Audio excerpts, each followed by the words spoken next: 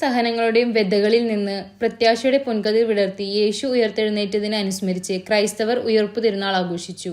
ദേവാലയങ്ങളിൽ പ്രത്യേക തിരുകർമ്മങ്ങൾ നടന്നു.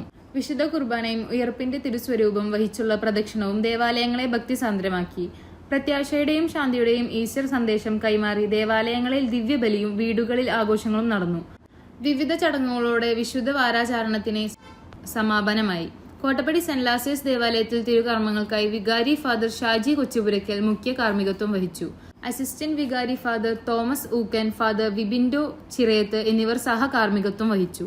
അങ്ങാടി ചുറ്റിയുള്ള പ്രദക്ഷിണം നടന്നു. CLCയുടെ നേതൃത്വത്തിൽ ഈസ്റ്റർ എഗ് വിതരണവും നടന്നു. കൈകാരന്മാരായ KP Poly, Seby Thanikkal, VK Babu, CK Davis, PRO Job C Andrews എന്നിവർ നേതൃത്വം നൽകി.